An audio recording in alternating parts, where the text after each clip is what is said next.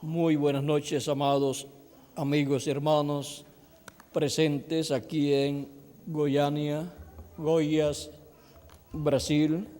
Es para mí un privilegio grande estar con ustedes en esta ocasión para compartir unos momentos de compañerismo alrededor de la palabra de Dios y ver su programa correspondiente a este tiempo final, bajo el tema que corresponde esta noche, el mensaje del Evangelio del Reino en el día postrero, para lo cual quiero leer en la Escritura de San Juan, capítulo 6,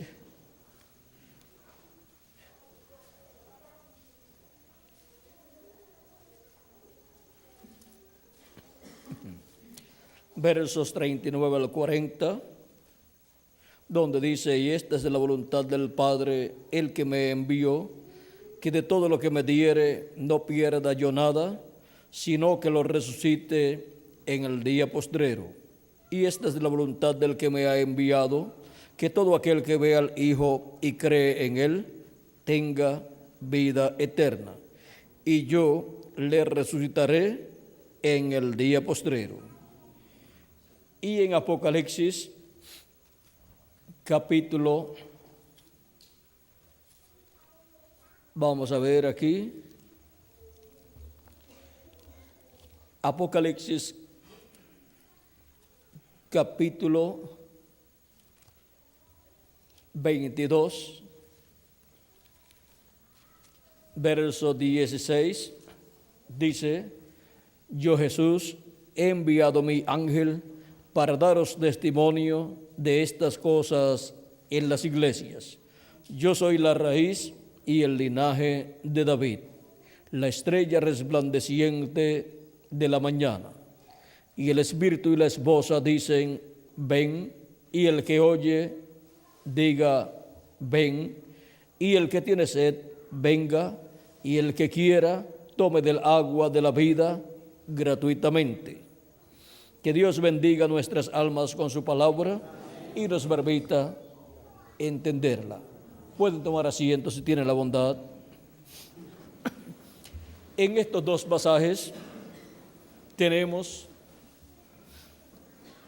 aquí dos profecías muy importantes. Una, la del día postrero, del cual nos habla Cristo, y nos dice que para el día postrero Él resucitará a los creyentes en Él, o sea, a los creyentes en Él que han partido, que han muerto sus cuerpos físicos. Él dice que les resucitará en el día postrero. Él también nos dice en San Juan capítulo 11, versos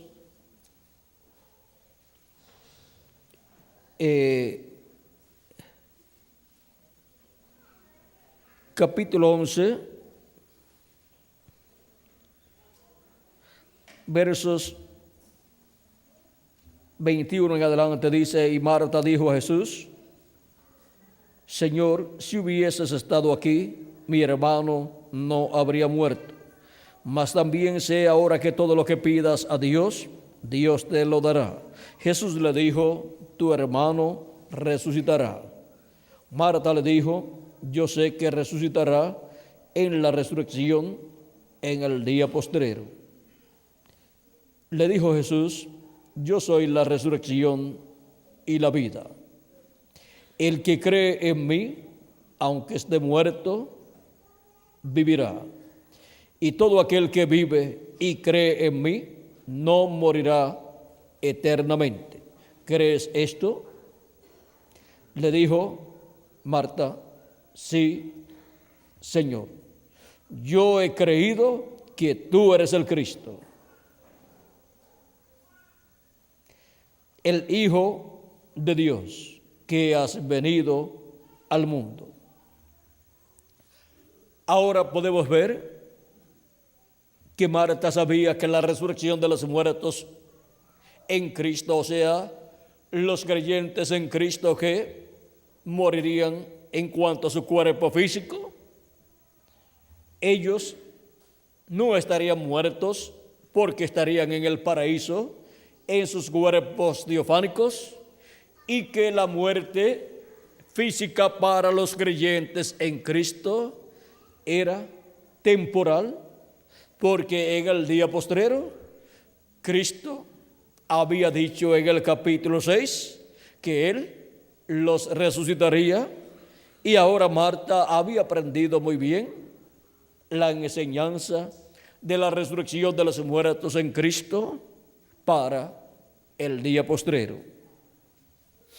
Y le muestra a Cristo que ella sí había aprendido la lección de Cristo con relación a la resurrección para el día postrero. Jesús no le dice a Marta que ella está equivocada, porque Jesús había enseñado que en el día postrero Él resucitará a todos los muertos que han creído en Él y han lavado sus pecados en su sangre y han recibido su Espíritu Santo. Pero para cumplirse esa promesa en Lázaro, Jesucristo tenía que resucitarlo antes del día postrero, para luego en el día postrero resucitarlo también. ¿Cómo se puede entender esto? Encontramos que para la resurrección del día postrero de los creyentes en Jesús, toda persona tiene que haber creído en Cristo como su Salvador, haber lavado sus pecados en la sangre de Cristo y haber recibido su Espíritu Santo, y por consiguiente haber nacido de nuevo en el cuerpo místico de Cristo. Y mientras Jesús estuvo sobre la tierra predicando, ninguno de los creyentes en Jesús había nacido de nuevo. Cristo enseñó que si Él no se iba, el Consolador, el Espíritu Santo, no podía venir a ellos. Y si no podía venir a ellos, entonces no podía efectuarse el nuevo nacimiento del cual Cristo le habló a Nicodemo, que era necesario nacer de nuevo para poder ver el reino de los cielos. Y cuando Nicodemo se interesó en el reino de los cielos, o reino de Dios, y le preguntó cómo era el nuevo nacimiento, si era entrando en el vientre de su madre y nacer, siendo que ya Nicodemo estaba avanzado en edad. Y si Nicodemo diciéndole, ¿cómo puede hacerse esto? ¿Puede el hombre acaso, siendo ya viejo, entrar en el vientre de su madre y nacer? Y si Nicodemo pregunta acerca de un hombre ya viejo, es porque él era esa persona. Si no preguntaba, ¿cómo puede hacerse esto? ¿Puede acaso un joven entrar en el vientre de su madre y nacer de nuevo?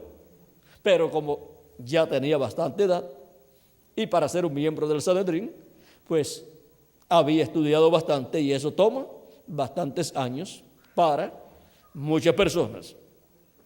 Y ahora, vean ustedes, Nicodemo estaba interesado en entrar al reino de Dios, al reino de los cielos, y ahora Jesús le dice que se requiere nacer de nuevo. Nicodemo se interesa en entrar al reino de los cielos y le pregunta cómo puede hacerse esto de lo cual Cristo le está hablando. Nicodemo pensó que tenía que nacer de nuevo, o sea, que era algo como en los que piensan en la reencarnación, nacer por segunda vez. Y algunos piensan que se nace en la tierra unas cuantas veces, pero Jesucristo le dijo que era naciendo del agua y del Espíritu. Y ese nuevo nacimiento ni papá ni mamá lo podían efectuar. Muchos han hecho con lo que ellos saben, y aún estando en una raza ya caída. Han hecho algo tan grande que todavía los científicos, con todo lo que han estudiado, no lo pueden hacer. Pero dicen los científicos, hemos producido vida en el laboratorio y hemos logrado producir un niño de probeta, y ahora, cuando esté grande, ¿a quién le van a decir papá y mamá? Aunque sus padres son aquellos que colocaron el espermatozoide y el óvulo, esos son sus padres, pero luego no van a saber quiénes son. Y ahora pues están también colocando en vientres alquilados o una matriz alquilada para colocar el óvulo ya fértil o fertilizado o ya fecundado es la palabra. Y ahora, cuando nace el niño, no saben quién realmente es la madre y el padre, y aún la misma que lo da a luz tampoco es la madre, y tampoco va a saber quién fue la que lo dio a luz, porque eso lo hacen para personas que están pagando para una persona, un vientre alquilado, produzca ese niño para después ellos tomar ese niño y obtenerlo como si fuera hijos de ellos, pero no han hecho nada más que pagar para que alguien tenga ese niño, y ni siquiera, ni el óvulo siquiera es de esa mujer.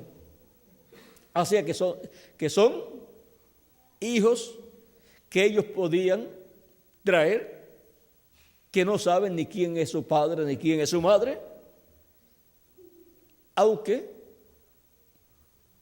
los dueños del óvulo y del espermatozoide son los verdaderos padres, pero ni siquiera ellos, los dueños reales, los padres reales, ni siquiera saben que tienen algún hijo y quién es ese hijo. Ahora, eso es algo triste para un niño que aparezca en esta tierra en esa forma.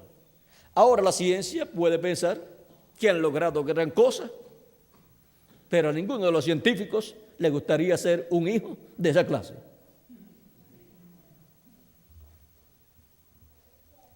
Ahora pueden decir, hemos logrado producir vida. Pues no han logrado ni siquiera la mitad de lo que han logrado nuestros padres terrenales, que no son científicos. Y ahora vean, ellos dicen, no, hemos logrado producir vida en laboratorio y luego también en vientres alquilados. Pero vean ustedes que usaron la materia prima, no la pudieron crear ellos. Tuvieron que usar la materia prima que usan nuestros padres. Así es que no hicieron nada. Solamente canalizaron todo y no pudieron darle lo que nuestros padres nos han dado a nosotros: amor, cariño y todas las demás cosas que nos dan nuestros padres. Ser un niño de laboratorio o de vientre alquilado es un niño sin amor de padre y sin amor de madre. Y eso debe ser lo más triste para un niño que aparezca en esa forma. Y cuando crezca, más terrible todavía. Y cuando sea un anciano, más terrible todavía. Ahora, vean ustedes lo que la ciencia ha logrado, pero lo grande que piensa que ha logrado es algo que produce tristeza y dolor para aquellos para quienes lo han logrado y para aquellos que han sido el producto de ese logro. Ahora, por un medio del nuevo nacimiento, Dios logra, por creación divina, traer hijos e hijas de Dios manifestados en la sexta dimensión, o sea, en la dimensión de la palabra. Así como trajo en la sexta dimensión su cuerpo teofánico, el cuerpo de la palabra, llamado el Verbo de Dios. Vean ustedes, es un cuerpo parecido a nuestro cuerpo, pero de otra dimensión, de la dimensión sexta, que es la dimensión de la palabra. Y luego en esa dimensión, vean ustedes, los millones de ángeles que hay en esos cuerpos teofánicos. Y vean ustedes cómo también Dios trajo a Adán, o sea, el alma de Adán, a un cuerpo teofánico de la sexta dimensión. Y le creó un cuerpo teofánico que es la imagen de Dios. Porque Dios hizo al hombre a imagen primero y luego a semejanza de Dios. A imagen y semejanza.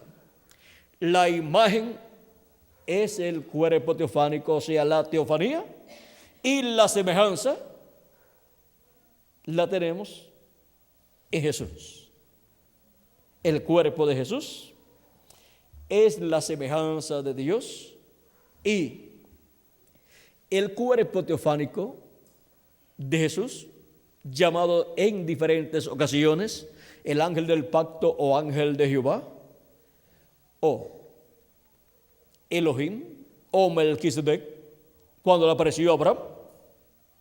Esa es la imagen de Dios. Y luego encontramos que Dios ha venido descendiendo de la séptima dimensión, pasó a la sexta dimensión, ahí en un cuerpo teofánico, y luego pasó a esta dimensión terrenal en un cuerpo físico llamado Jesús. Vean cómo lo más que se parece a Dios es el ser humano y lo más que se parece al ser humano es Dios. Dios con su cuerpo teofánico y su cuerpo físico llamado Jesús. Ahora podemos ver que el hombre es a imagen y semejanza de Dios y Dios ha sido manifestado a esa semejanza del hombre, esa semejanza física, fue manifestado en un cuerpo de carne llamado Jesús. Por cuanto los hijos participaron de carne y sangre, Él también participó de lo mismo, para quitar el pecado del mundo para todos los hijos e hijas de Dios.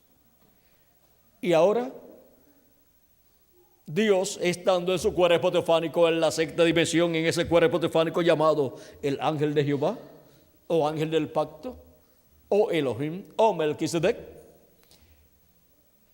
en esa forma de ángel le apareció Dios a muchos profetas del Antiguo Testamento. En ese cuerpo teofánico le aparecía a Adán, y Adán estaba en su cuerpo teofánico también, que Dios le creó. Y luego Dios del polvo de la tierra le creó un cuerpo físico de carne y sangre y huesos, pero Dios todavía no se había creado un cuerpo físico de carne y sangre, porque eso estaba en el programa divino para más adelante.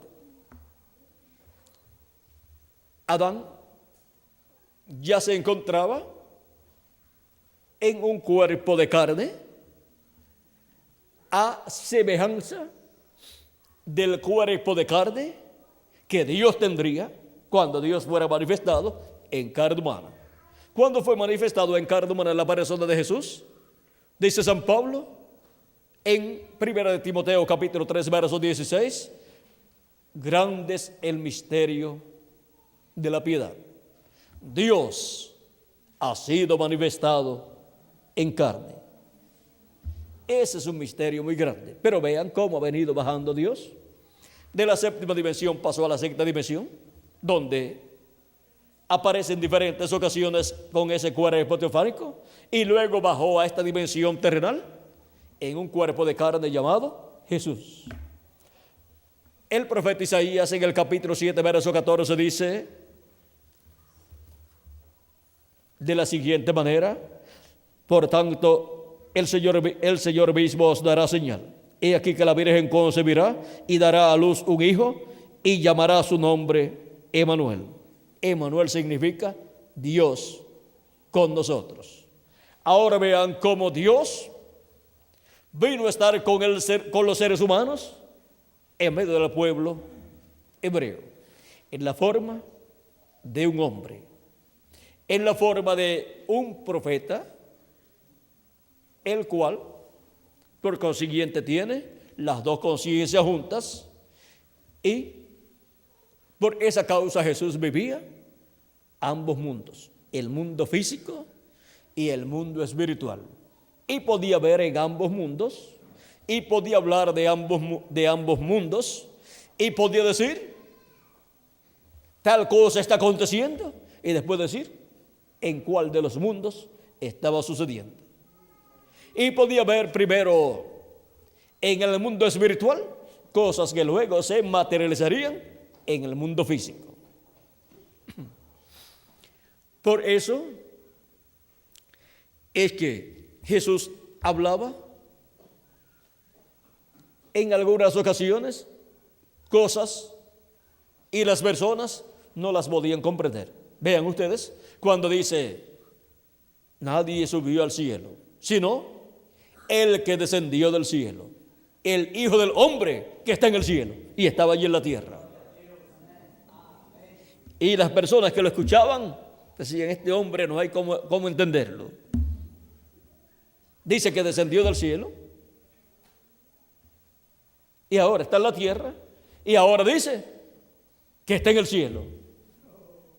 Nadie subió al cielo sino el que descendió del cielo, el Hijo del Hombre que está en el cielo y estaba en la tierra. Y cuando decía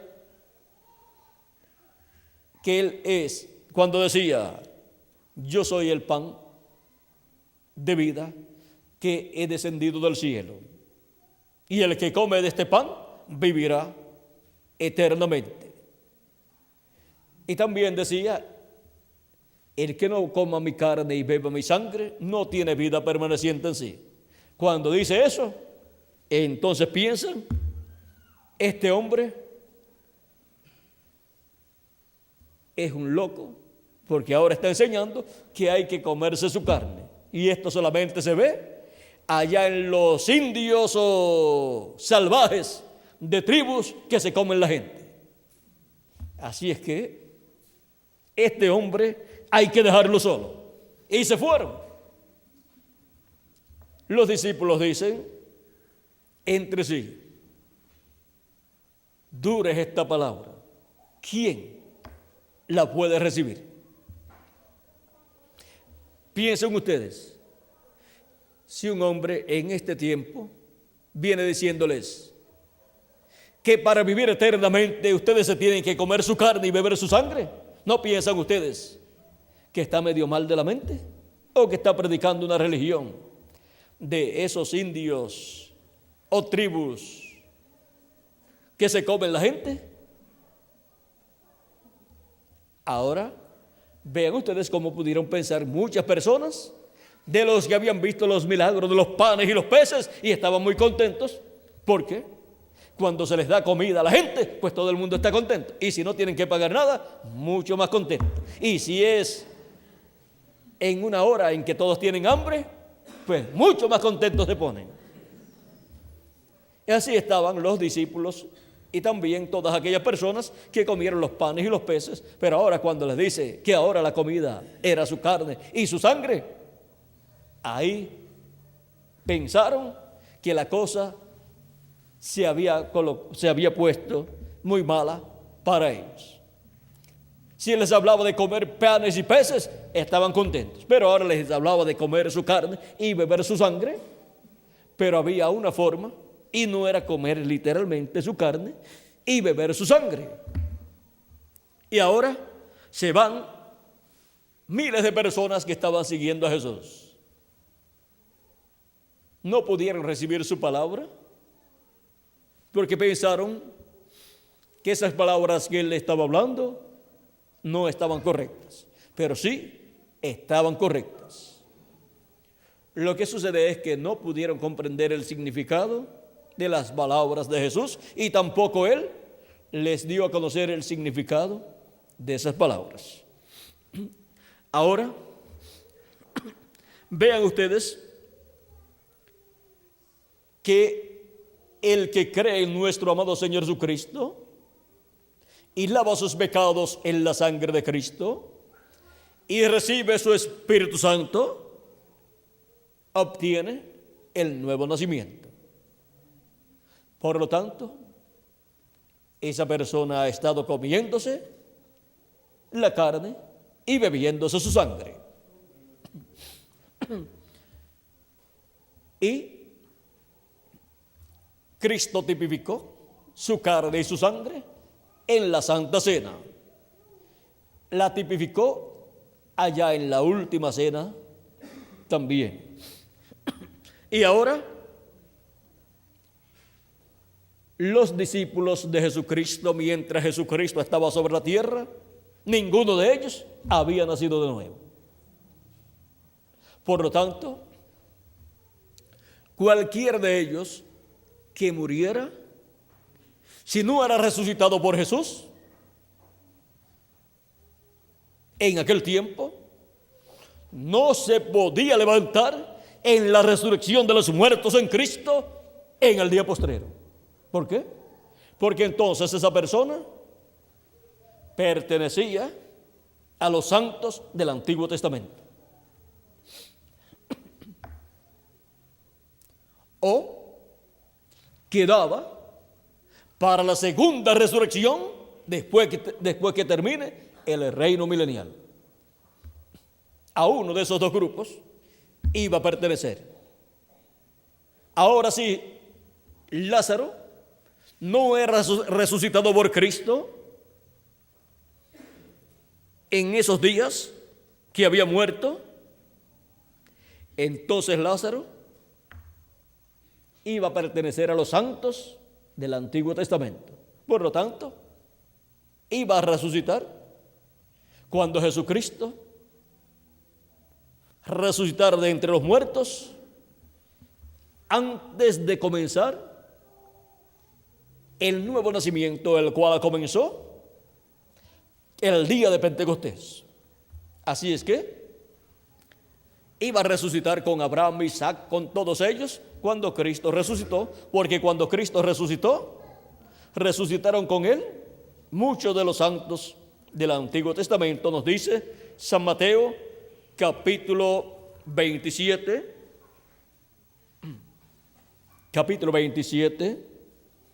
verso 51 en adelante, o 50 en adelante, dice: mas Jesús, habiendo otra vez clamado a gran voz, entregó el Espíritu.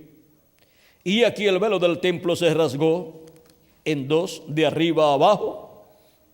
Recuerden que el velo del templo representa a Jesús en su primera venida. Jesús, o sea, la venida del Señor, siempre es el velo del templo, porque Él es la puerta. Y cuando Jesús allí murió, que su cuerpo fue herido allí para morir, el velo del templo también fue herido, se rasgó Dios lo rasgó de arriba abajo. Pues hubo truenos, relámpagos y así por el estilo en esa ocasión. Y la tierra también tembló. Dice, y aquí el velo del templo se rasgó en dos de arriba abajo y la tierra tembló y las rocas se partieron. O sea, hubo un temblor o terremoto, un terremoto grande ese día. Y se abrieron los sepulcros y muchos cuerpos de santos que habían dormido se levantaron. Y saliendo de los sepulcros después de la resurrección de él, o sea, después de la resurrección de Cristo, vinieron a la santa ciudad y aparecieron a muchos. Ahora vean, cuando resucitaron, allí los santos del Antiguo Testamento resucitaron con Cristo. Por lo tanto, si Lázaro hubiera muerto y no hubiera sido resucitado por Cristo,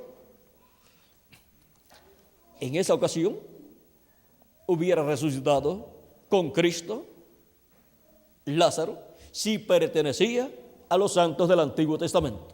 Pero si no pertenecía a los santos del Antiguo Testamento y tampoco resucitaba, y tampoco Jesús lo resucitaba allí en aquella ocasión en que lo resucitó, o sea, mientras Jesús estaba en su ministerio terrenal, entonces Lázaro ni pertenecía a los santos del Antiguo Testamento, ni pertenecía tampoco de los que iban a resucitar, ni tampoco a los santos del Nuevo Testamento que van a resucitar en el día postrero, antes de comenzar el reino milenial y antes de comenzar la gran tribulación. Por lo tanto, Lázaro pertenecía al grupo que recibirá vida eterna después del reino milenial. En la resurrección segunda, donde se levantarán muchas personas, los cuales recibirán vida eterna en el juicio final.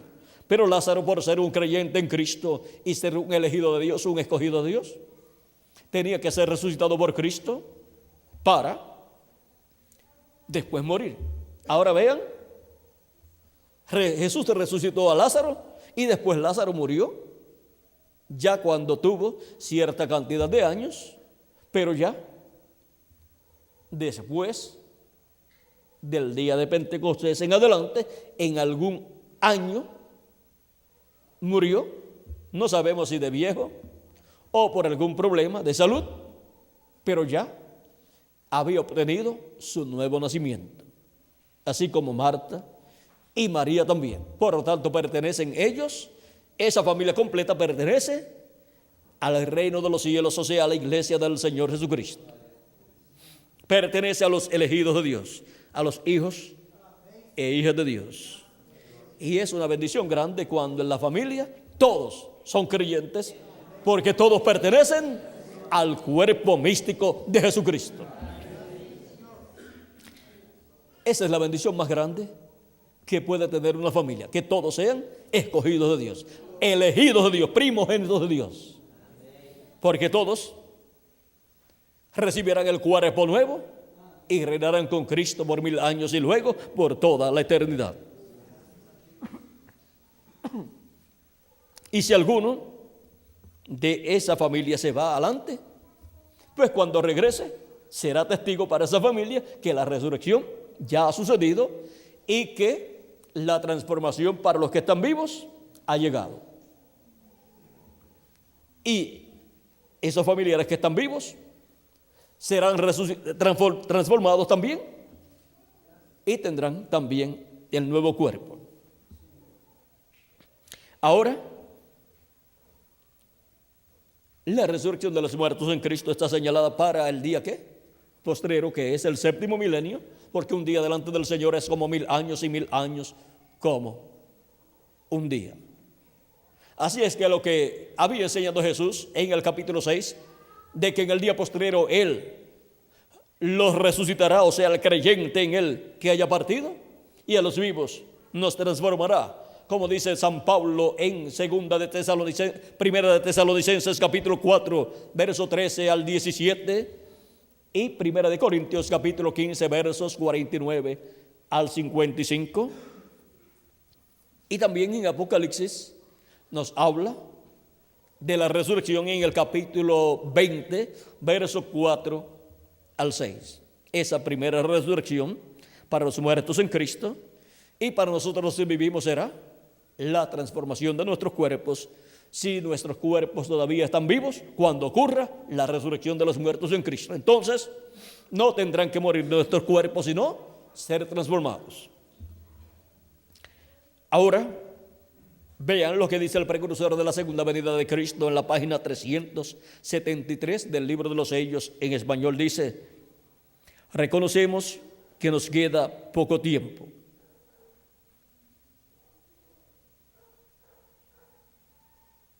Y la novia puede subir en cualquier momento. En cualquier momento es posible que el Cordero salga del trono de Dios, donde se encuentra el sacrificio. Luego allí será el fin. Ya no habrá esperanzas para el mundo. Allí será su final. En ese tiempo, la tierra comenzará con sus contracciones violentas, que serán los terremotos y las tremendas sacudidas, como sucedió en el día de la resurrección de nuestro Señor. La misma cosa sucederá ahora cuando los santos aparezcan. Señor, sabemos que puede ser en cualquier momento. Estamos esperando que llegue ese gran día de alegría. Vean, será un tiempo de terremotos, de sacudidas terribles sobre la tierra, pero será un día de alegría, de felicidad, de gozo para todos los escogidos de Dios, que estarán vivos en ese momento, porque estaremos viendo el regreso en cuerpos eternos de los escogidos de Dios de edades pasadas y de los de nuestro tiempo que ya han partido y que nosotros conocemos. Cuando regresen en sus cuerpos eternos, los vamos a conocer también cuando hablen con nosotros. Quizás si partió siendo un ancianito o una ancianita, al verlo físicamente no los vamos a conocer, pero cuando nos hablen y nos cuenten de cosas que sucedieron y que nosotros conocemos, de seguro le preguntaremos: ¿y cómo tú sabes eso? Nos dirá: es que yo soy aquel que estuve allí hablando contigo. ¿Cómo? Sí. ¿Quieres saber algo más? ¿Recuerdas tal y tal y tal cosa? Sí. ¿Recuerdas cuando te dije tal y tal cosa? Sí. Ah, entonces tú eres fulano de tal. Pues claro que sí. Pero es que cuando aquello sucedió, era un ancianito el que estaba hablando conmigo. Pero no recuerdas la enseñanza de la Escritura, que dice que cuando los muertos en Cristo regresen, serán cuerpos eternos y jovencitos. Pues se está cumpliendo esa promesa. Estoy regresando, pero no voy a regresar en el mismo cuerpo viejo aquel, porque me vuelvo a morir. He regresado en un cuerpo eterno para continuar viviendo por toda la eternidad, para estar en el milenio, para ir a la cena de la boda del Cordero. No me voy a ir con el cuerpo viejo. Allí no me van a querer con un cuerpo viejo de carne, sino con un cuerpo nuevo, porque todos los que estarán allí estarán en cuerpos nuevos, en cuerpos eternos. Y al ver esto y al saber estas cosas, ese será el momento también para la transformación de los escogidos de Dios. A medida que van siendo vistos los muertos en Cristo resucitados, vamos siendo nosotros transformados. Ahora, vean ustedes, para ese tiempo, dice que como sucedió en la resurrección de Cristo, vean ustedes, la tierra se estremeció, un terremoto, hubo un estremecimiento grande y todas estas cosas, eso también estará repitiéndose en este tiempo final. Por eso tenemos que tener nuestras vidas arregladas con Dios, estar preparados, esperando ese gran momento para nuestra transformación. para que cuando ocurra ese estremecimiento, dice, vamos a ver cómo dice, en cualquier momento es posible que el Cordero salga del trono de Dios, donde se encuentra el sacrificio. Luego allí será el fin. Ya no habrá esperanzas para el mundo. Allí será su final. En ese tiempo, la tierra comenzará con sus contracciones violentas, que serán los terremotos y las tremendas sacudidas, como sucedió en el día de la resurrección de nuestro Señor. La misma cosa sucederá ahora cuando los santos aparezcan. Vean ustedes lo que estará sucediendo en esos días.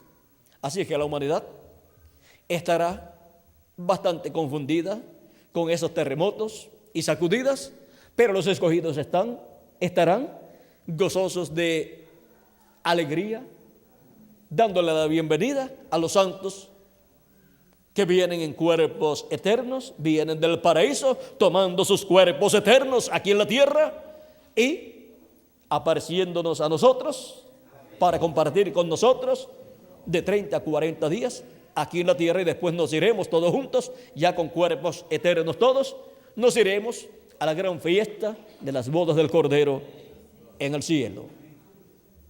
Todas estas cosas están prometidas para ser cumplidas, ¿cuándo? En el día postrero, que es el séptimo milenio. Y para el día postrero al séptimo milenio, el mensaje que se predica es el mensaje del Evangelio del Reino. Ese es el mensaje que estará predicando Moisés y Elías también para los 144,000 hebreos. Vean ustedes en la página 100, vamos a ver por aquí, del libro de los sellos. En español vamos a ver página 123 primero. Leemos donde dice: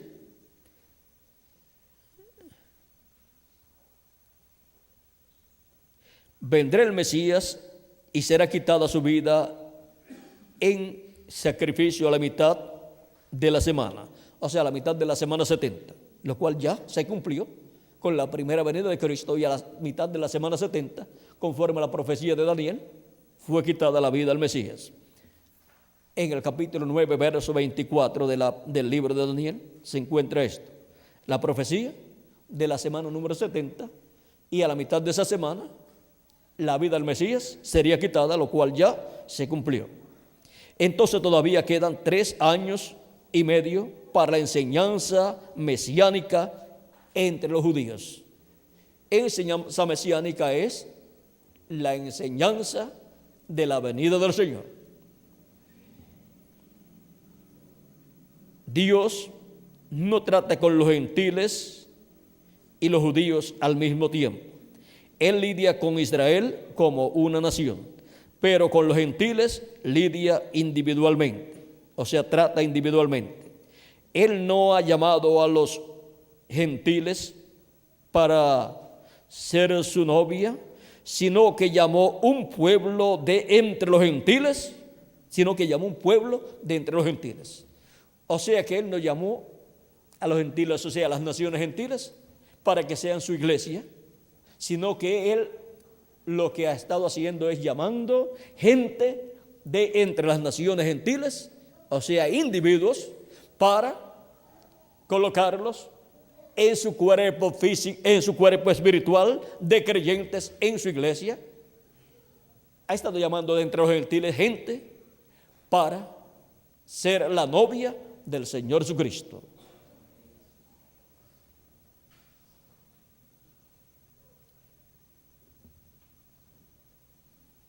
Ahora Él lidia con Israel como una nación, y ahora mismo ella está allí como una nación.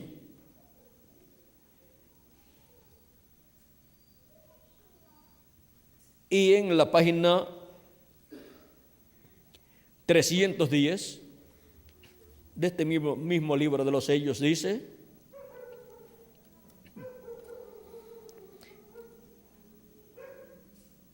ellos preguntaron: le preguntaron a Jesús en el libro de los Hechos, capítulo 1, ¿restituirás el reino de Israel en este tiempo? El reino judío será establecido sobre la tierra. Ustedes ya saben eso. Juan dijo que el reino es de ahora, o sea, lo que tenemos durante las 7 edades de la iglesia gentil, durante la dispensación de la gracia. Vean ustedes, está hablando, dice, este ahora es el reino del evangelio. Pero el reino de los judíos será predicado por estos 2 profetas.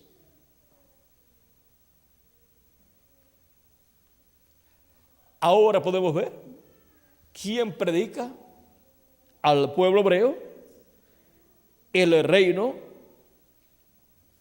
para el pueblo hebreo. Es Moisés y Elías, o sea, los 2 olivos. Ellos le predicarán el reino.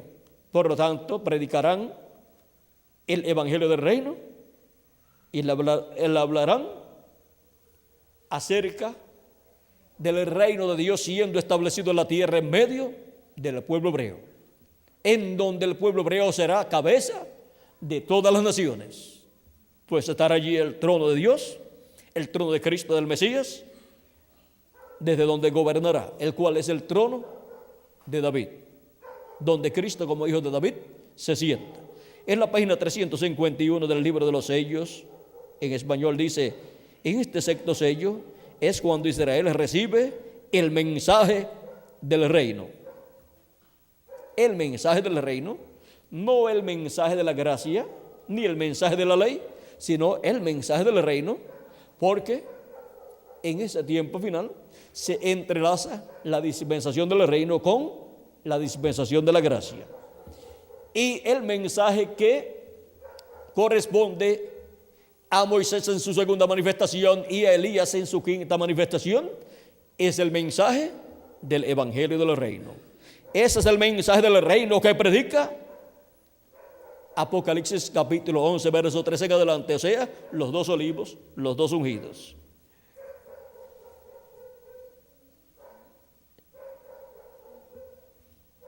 En este sexto sello es cuando Israel recibe el mensaje del reino por medio de los profetas de Apocalipsis 11. Recuerden, Israel es una nación, un pueblo. Ellos son los siervos de Dios. Y los miembros de la iglesia de Jesucristo, ¿qué son? Son los hijos e hijas de Dios.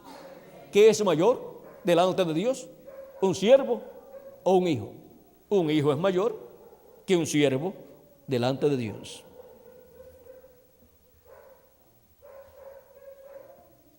Y cuando Israel dé el paso de entrada al reino, eso tendrá un carácter nacional.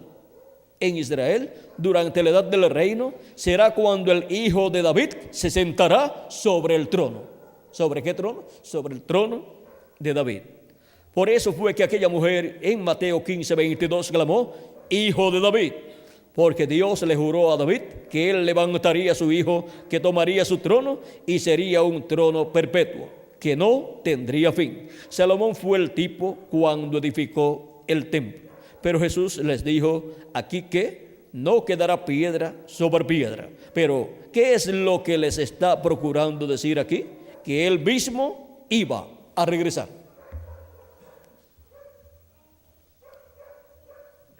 ¿Cuándo vas a regresar? Él les respondió, estas cosas acontecerán antes de mi regreso. Y aquí estamos viendo estas cosas. Entonces, en el tiempo del sexto sello se desarrolla la gran tribulación. Recuerden, cuando el reino es establecido sobre la tierra durante el tiempo del milenio. Israel es una nación. Ahora, ¿cuándo es establecido el reino? Dice durante el tiempo del milenio. O sea que el séptimo milenio comienza y en algún año del séptimo milenio es establecido el reino de Dios en este planeta Tierra en medio del pueblo hebreo. Luego que pase la gran tribulación, Cristo estará sentado en el trono de David reinando sobre el pueblo hebreo y sobre todas las naciones. Ahora, el séptimo milenio o el milenio es el día postrero. Si le añadimos al calendario los años de atraso que tiene, pues ya estamos en el séptimo milenio. Si no le añadimos los años de atraso que tiene el calendario, pues faltan de 2 a 3 años para terminar el sexto milenio y entrar al séptimo milenio. Ahora, el mensaje correspondiente al séptimo milenio es el mensaje del reino, el evangelio del reino, el cual gira alrededor de la segunda venida de Cristo como el león de la tribu de Judá, como rey de reyes y señor de señores en su obra de reclamo, como hijo del hombre e hijo de David, para sentarse en el trono de David. Y es la venida del Hijo del Hombre, como dijo Jesús en San Mateo capítulo 16, versos 27 al 28, cuando nos habló, diciendo: porque el Hijo del Hombre vendrá en la gloria de su Padre con sus ángeles, y entonces pagará cada uno conforme a sus obras. De cierto os digo que hay algunos de los que están aquí que no gustarán la muerte hasta que hayan visto al Hijo del Hombre viniendo en su reino. Antes del reino ser establecido, pues tiene que venir.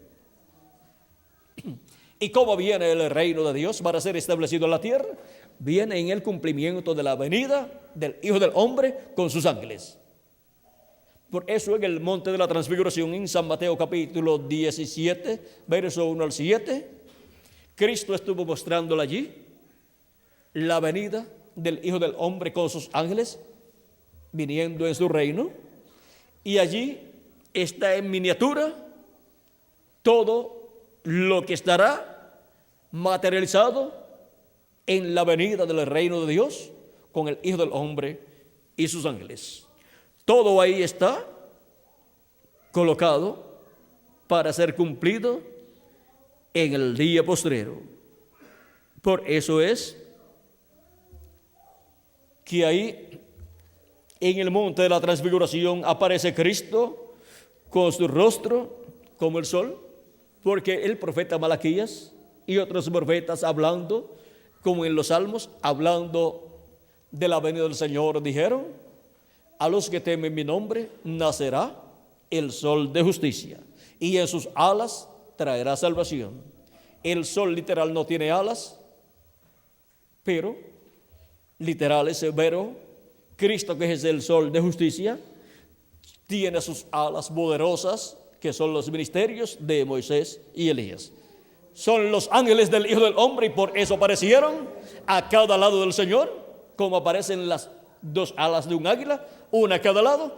Aparecieron allí a cada lado del águila poderosa Jesucristo, aparecieron Moisés y Elías, las dos poderosas alas del águila mayor de Jesucristo en su segunda venida.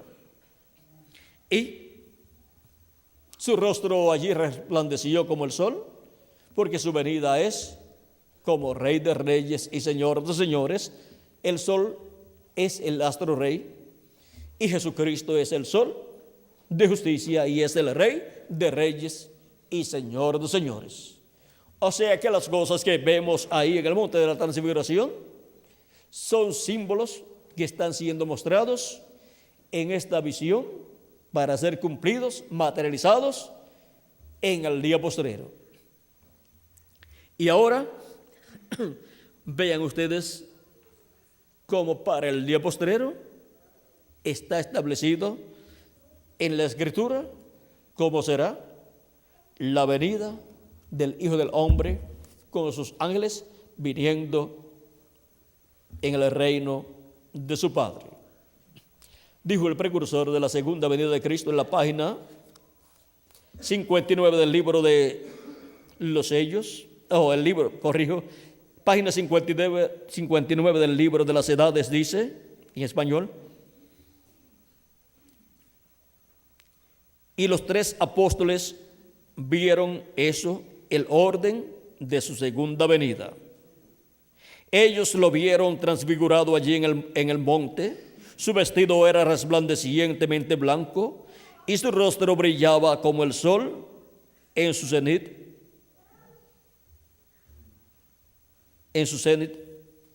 Y cuando él apareció, allí estaban Moisés y Elías, uno a cada lado. Así es exactamente como él vendrá. En verdad, Elías vendrá primero y convertirá los corazones de los hijos, la novia, a la doctrina apostólica de la palabra de los padres. Ahora vean ustedes lo que nos enseña aquí el precursor de la segunda venida de Cristo. Nos muestra el orden de la segunda venida de Cristo, mostrándonos que lo que fue visto en el monte de la transfiguración es lo que estará siendo visto en la venida del Hijo del Hombre con sus ángeles. Y el monte allí de la transfiguración es tipo y figura del monte de Dios, del monte de Sión, que es la iglesia del Señor Jesucristo.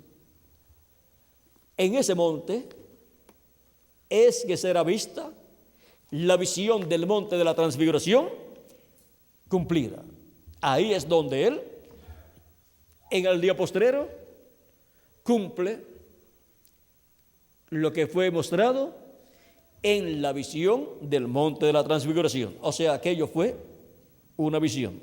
Por eso dijo a sus discípulos, luego, en el mismo capítulo 17, no digan a nadie la visión, hasta que el Hijo del Hombre haya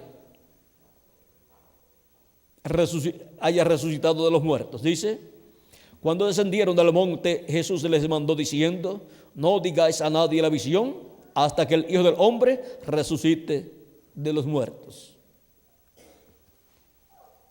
Ahora podemos ver ahí el orden de su venida. En la venida del reino de Dios tiene que estar el Hijo del Hombre con su rostro como el sol, o sea, tiene que estar como Rey de reyes y Señor de señores, Cristo, y tienen que estar Moisés y Elías. Y ahora, Moisés y Elías. ¿Qué será Elías en el día postrero como el quinto Elías, el cual es uno de los dos olivos? En la página 399 del libro de los sellos en español le preguntan a nuestro hermano Branham, en la pregunta número 11, acerca del quinto Elías. Y le preguntan, el Elías que viene a predicar a los judíos, ¿es el verdadero Elías que estuvo en los días de Acab, o será solamente el espíritu de Elías en otro hombre? La contestación fue, yo he pensado que será un hombre de este tiempo ungido con ese espíritu. ¿Un hombre de qué tiempo? De este tiempo. No un hombre del pasado, sino un hombre del presente. Un hombre del tiempo en donde se esté cumpliendo esa profecía. Un hombre de este tiempo ungido con ese espíritu. Un hombre en el cual el Espíritu Santo estará operando ese ministerio de Elías por quinta vez. Así como operó el ministerio de Elías en Elías Tisbita, luego lo operó en Eliseo, el cual pidió una doble porción del espíritu que estaba en Elías, luego lo operó en Juan el Bautista por tercera ocasión.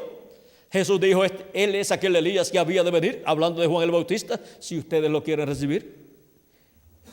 Y luego operó el ministerio de Elías en el reverendo William Branham por cuarta ocasión. Él es el Elías que había de venir precursando la segunda venida de Cristo. Y ya se fue, pero dejó su mensaje. Por eso hacemos referencia a su mensaje en nuestro tiempo. porque Él es el precursor de la segunda venida de Cristo. Por lo tanto, Él, por medio de sus mensajes, muestra cómo será la venida del Hijo del Hombre para el día postrero. ¿Cómo será la venida del Hijo del Hombre? Porque dice la Escritura que será la venida del Hijo del Hombre con sus ángeles. Ahora, y sus ángeles son Moisés y Elías. Y ahora, ¿cómo es que vendrá? Elías será un hombre ungido con ese espíritu ministerial de Elías, porque estará el Espíritu de Dios en él, ungiéndolo con el ministerio de Elías, así como estuvo el Espíritu de Dios en Juan el Bautista. Dice que fue lleno del Espíritu Santo aún desde el vientre de su madre, y fue aquel Elías que había de venir. Fue ungido con ese ministerio de Elías, con el espíritu y virtud de Elías, y fue el Elías precursor de la primera venida de Cristo. Y Elías, viniendo nuevamente por cuarta ocasión, fue el precursor de la segunda venida de Cristo. Fue un hombre ungido, otro hombre ungido con ese espíritu ministerial de Elías, el cual fue el reverendo William Branham. Y para el día posterior, el Elías que le predicará al pueblo hebreo será un hombre ungido de este tiempo con ese espíritu. Un hombre en el cual el Espíritu Santo estará manifestando el ministerio de Elías por quinta ocasión. Así también es para Moisés. En Moisés que vendrá será un hombre ungido con ese espíritu ministerial de Moisés, el cual será el segundo Moisés para este tiempo final. Y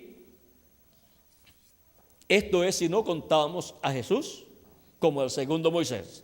Si contamos a Jesús como el segundo Moisés, entonces sería el tercer Moisés, la manifestación de el ministerio de Moisés en el día posterior. Pero solamente contando el primer Moisés, el que sacó al pueblo hebreo de la tierra de Israel, y luego contando a uno de los 2 olivos como el segundo Moisés para este tiempo final. Y ahora, ¿qué será la venida del Hijo del Hombre? La venida del jinete del caballo blanco de Apocalipsis 19. Dice el precursor de la segunda venida de Cristo, en la página 277, nos dice que el jinete es el Espíritu Santo. O sea, Cristo en Espíritu Santo es el jinete de ese caballo blanco de Apocalipsis. Dice en la página 277 en español del libro de los sellos, orando, dice: pedimos que el Espíritu Santo venga ahora mismo, el jinete del verdadero caballo blanco, mientras su espíritu, el Espíritu de Cristo, entre en confrontación con el anticristo y él llame los suyos. Pero ahora, para la venida del reino de Dios, para la venida del Hijo del Hombre en su reino con sus ángeles, ¿cómo vendrá el jinete del caballo blanco de Apocalipsis 19? ¿Cómo vendrá el Espíritu Santo, que es Jesucristo en el Espíritu Santo, el ángel del pacto? ¿Cómo vendrá? Página 256 dice: pero cuando nuestro Señor aparezca sobre la tierra, Él vendrá sobre un caballo blanco como la nieve. O sea, está citando lo que dice Apocalipsis 19. Y será completamente Emmanuel, la palabra de Dios encarnada en un hombre. Eso es la venida del jinete del caballo blanco de Apocalipsis 19. Eso es la venida del Hijo del Hombre. Y con sus ángeles, pues, es el Espíritu Santo ungiendo a un hombre de este tiempo y manifestando en ese hombre los ministerios de Moisés por segunda vez y de Elías por quinta vez. Y ungiendo a ese hombre con el ministerio de Jesús por segunda vez. Los ministerios de Moisés, de Jesús y de Elías estarán manifestados en ese hombre, donde estará el Espíritu Santo, donde estará Jesucristo en el Espíritu Santo manifestado para cumplir sus promesas correspondientes a este tiempo final. Pero ese hombre no será Elías, literalmente hablando, ni tampoco será Moisés, literalmente hablando, ni tampoco será Jesús, literalmente hablando. Por eso fue que cuando Juan el apóstol quiso adorar al ángel de Jesús, el ángel le dijo que no lo hiciera. Porque el ángel de Jesucristo es el instrumento de Jesucristo a través del cual Jesucristo en Espíritu Santo se manifiesta y opera estos ministerios de Moisés, de Jesús y de Elías en el día postrero, en este tiempo final en el cual nosotros estamos viviendo. Y luego que los muertos en Cristo resuciten y nosotros los que vivimos seamos transformados, luego entonces veremos a Jesucristo en su cuerpo, porque seremos arrebatados en las nubes para recibir al Señor en el aire, y así estaremos siempre con el Señor. Y nos iremos a la cena de las bodas del Cordero con nuestro amado Señor Jesucristo. Pero antes de ese momento en que ya estemos transformados, antes de ese momento en que estemos transformados y arrebatados al cielo, estaremos viendo a Jesucristo en el Espíritu Santo manifestado en su ángel mensajero, operando estos tres grandes ministerios: el ministerio de Moisés por segunda vez, el ministerio de Jesús por segunda vez y el ministerio de Elías por quinta vez. Y aún con todo y eso, ese ángel ni es Jesucristo, ni es Moisés, ni es Elías, pero en él estarán esos tres grandes ministerios manifestados, porque el Espíritu Santo, que es Jesucristo en Espíritu Santo, estará operando esos ministerios, porque ese es el ungido con el Espíritu Santo para el día postrero, que viene con el mensaje del Evangelio del Reino, predicándolo, porque ese mensaje siendo predicado es la gran voz de trompeta sonando en este tiempo final y llamando y juntando a todos los escogidos de Dios. Es la gran voz de trompeta del Evangelio del Reino, llamando y juntando a todos los escogidos de Dios y dándonos a conocer todas estas cosas que deben suceder pronto en este tiempo final.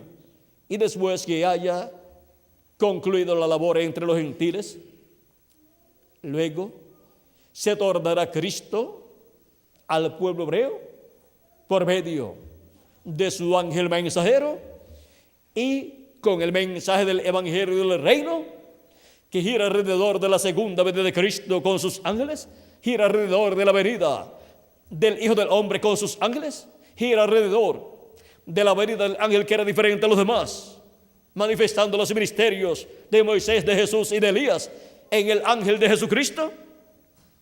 Con ese mensaje llamará y juntará 144,000 hebreos. Los hebreos están esperando la venida del Señor, la venida del Mesías.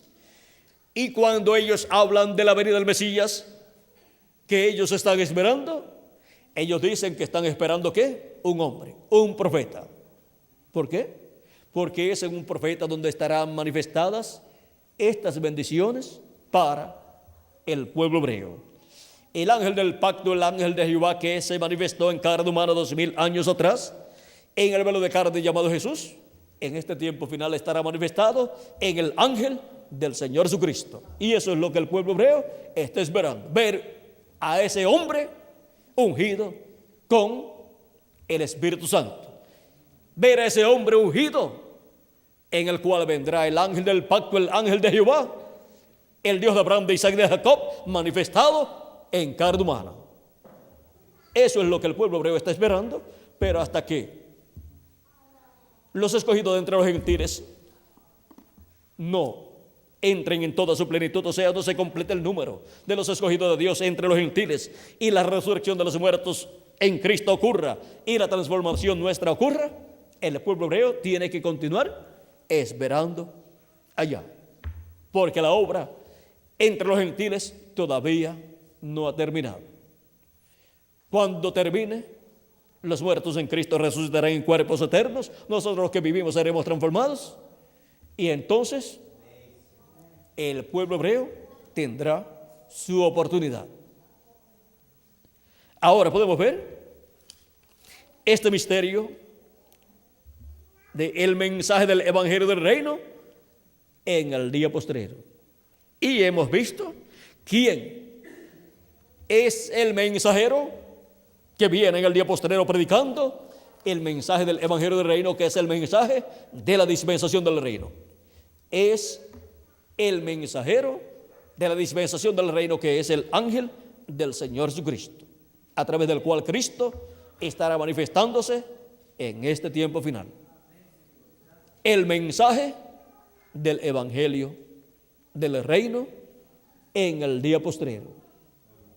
Ese es el mensaje que comienza en medio de la iglesia de Jesucristo en el día postrero, porque comienza Dios a cumplir las promesas correspondientes a la venida del reino de Dios, y el mensaje gira alrededor del cumplimiento de esas promesas. Por lo tanto, los primeros que conocerán el mensaje y escucharán el mensaje del Evangelio del Reino son los escogidos de este tiempo final, los cuales son llamados y juntados con ese mensaje del Evangelio del Reino. Y luego le tocará al pueblo hebreo esa bendición. Y ese es el mensaje que se predicará durante todo el reino milenial. Y luego pasará a la eternidad. O sea, pasará a una nueva fase o etapa en el reino de Dios. Porque el reino de Dios, que comienza en el milenio, que es establecido en el milenio y gobierna sobre la tierra, el reino de Dios luego continúa para toda la eternidad. Ha sido para mí un privilegio muy grande estar con ustedes, dándoles testimonio del mensaje del Evangelio del Reino en el día postrero. ¿Y dónde están los primeros que escucharían la predicación del Evangelio del Reino en el día postrero? Pues aquí estamos en la América Latina y el Caribe, escuchando la predicación del Evangelio del Reino en el día postrero. Que las bendiciones contenidas en el mensaje del Evangelio del Reino para los escogidos de Dios para este día postrero sean sobre cada uno de ustedes y se materialicen en cada uno de ustedes y en mí también. En el nombre eterno del Señor Jesucristo. Amén y amén. Dios les bendiga y buenas noches.